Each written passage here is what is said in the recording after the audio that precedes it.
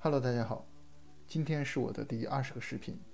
从今天开始，开了一个新的篇章，叫人物篇。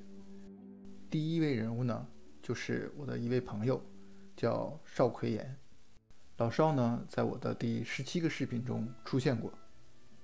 那个时候，正好我正在装修房子，因为他住5楼，我住6楼，他在我家的正下方，所以那个时候我们就见面了。但真正熟悉的时候是从2012年，那个时候大 S 刚刚出生，正好他的儿子也出生。由于2个孩子的年龄基本相近，所以呢，我们就经常一起交流育儿经验，所以渐渐的我们就熟悉起来了。老邵是1981年出生的，属鸡，身体非常魁梧。他家在大连市下属的一个镇叫皮口镇，是个海边城市。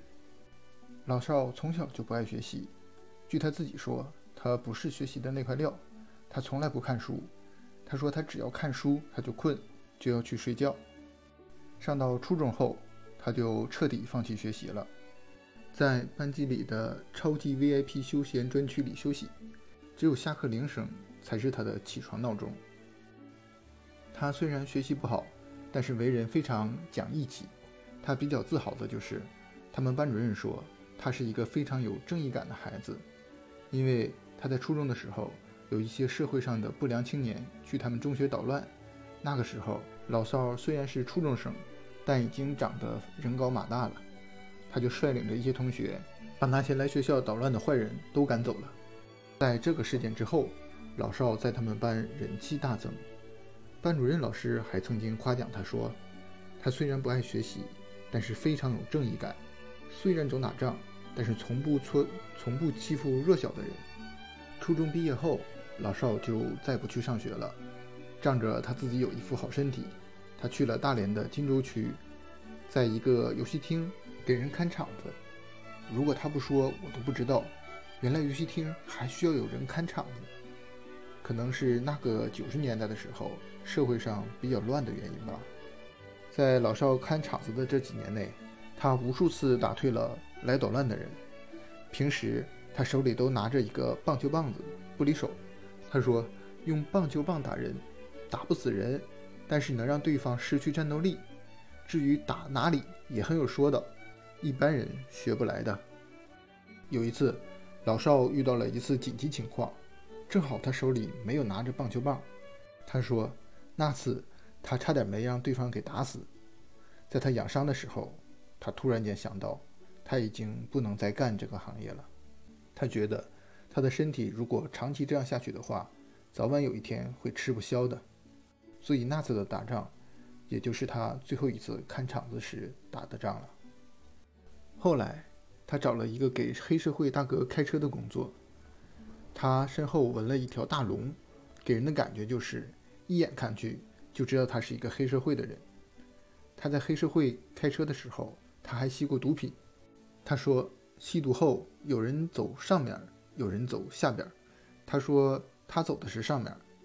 老邵说他只吸了一小口，吸完之后就想和别人聊天，他一直说话，一连说了1天1夜。药劲儿过了之后，他连着睡了2天。他说那东西太消耗人精力了，以后再也不碰了。老邵开车的时候非常小心，会时不时地看着后面是不是跟着同一辆车。尽管他这么小心地开车，有一次他把他的 boss 送回家后，第2天他的 boss 就没了，一连几个月他都不知道他的 boss 去哪了，吓得他赶紧躲到了亲戚家里。他连睡觉手里都抓着一个棒球棒，生怕有人来找他。后来他才知道，他的 boss 是被省里的特工抓走了，省里动用了好几辆车来跟踪他，他一个人根本发现不了。随着他的 boss 被捕，他觉得黑社会也干不下去了，太担惊受怕了，同时他也到了结婚的年龄。随后他就和他的初中同学结婚了。结婚后，为了能有一个安定的生活，他找到了一个在货运公司开货车的工作。毕竟之前看过场子，混过黑社会，虽然现在退役了，但是各种指标还是高于一般常人，所以他在他们公司的各个司机之中，很快的就混成了一个小头头。公司里会偶尔有一些挣小钱的机会，领导也会优先考虑他，让他来干。那几年之间赚了不少钱，每次过年回家，他也都是很体面的带了很多礼物回去。每次过年，他都和他岳父喝酒，他啤酒从来没有喝醉过。老邵说，他一次能喝好几箱啤酒，但是他不喝白酒，只喝啤酒。甚至平时吃饭的时候，他都喜欢喝着啤酒吃饭。后来，由于种种原因，他离开了那个货运公司，开始干起了出租车。我们也就是在这个时间点上认识的。老邵很爱好生活，他的鞋、裤子都是白色的，非常干净。虽然开出租车的工资不高，但他买东西时也总是买最好的。我和他都喜欢变形金刚。老邵买的擎天柱是 APS-01 电镀版，1000元人民币。我买的擎天柱是 AD28 240元人民币。他的消费观一直在我之上。那个时候，我和他周六一起泡澡，周日一起去看变形金刚玩具。想一想，那个时候的生活真是无忧无虑啊。后来，老邵开出租车的时间调到了晚上。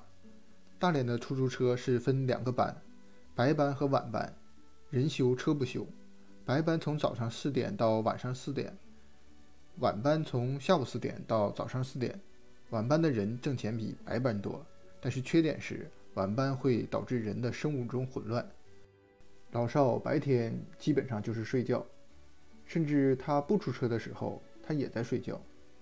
到了晚上，他不是出去干活，就是在家看电影，反正晚上他是从来不睡觉的。这种昼夜颠倒的生活，估计是他生病的一个主要原因。由于老邵的工作都是以开车为主，所以开车人的职业病他也有，就是腰不好。有一次老邵的腰坏了，好几个月都开不了车，他就天天躺在床上一动不动，也不能下床。后来因为出租车的工作实在太累了，他就不开出租车了，改开黑车。所谓的黑车就是没有营运牌照偷偷拉客人的车，如果被交警发现了是要罚款的。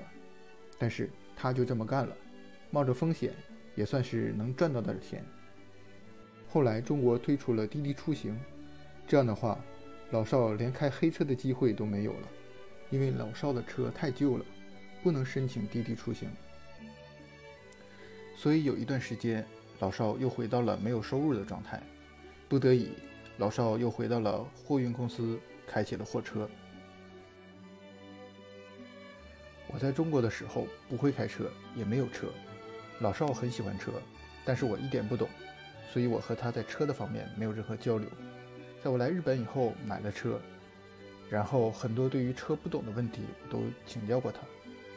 我还在想，哪天回国以后，我要跟他一起泡个澡，再谈一谈车方面的事情。就在2019年年底的时候，我们还在微信聊天呢。他告诉我他得了肝癌，我也不懂得怎么治疗，我就建议他去化疗一下。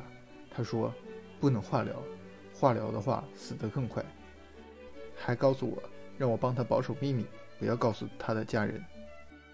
谁想到2020年的1月份，他就突然间去世了。而就在2019年12月份的时候，他还在帮我的丈母娘弄怎么登录微信呢。那个你不用回我啊，反正咱妈没走，我怎么别弄登录不上了？我这弄那个召回密码也登录不上了。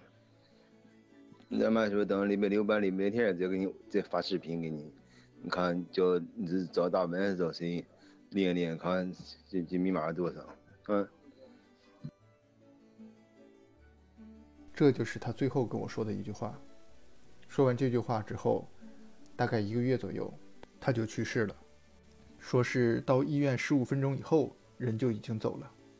就用老邵老婆的一句话说是，老邵这一生穿的和用的都是最好的，临走时也没遭什么罪，唯一的缺点就是走得太早了。他的妈妈在他去世5个月之后也跟着走了。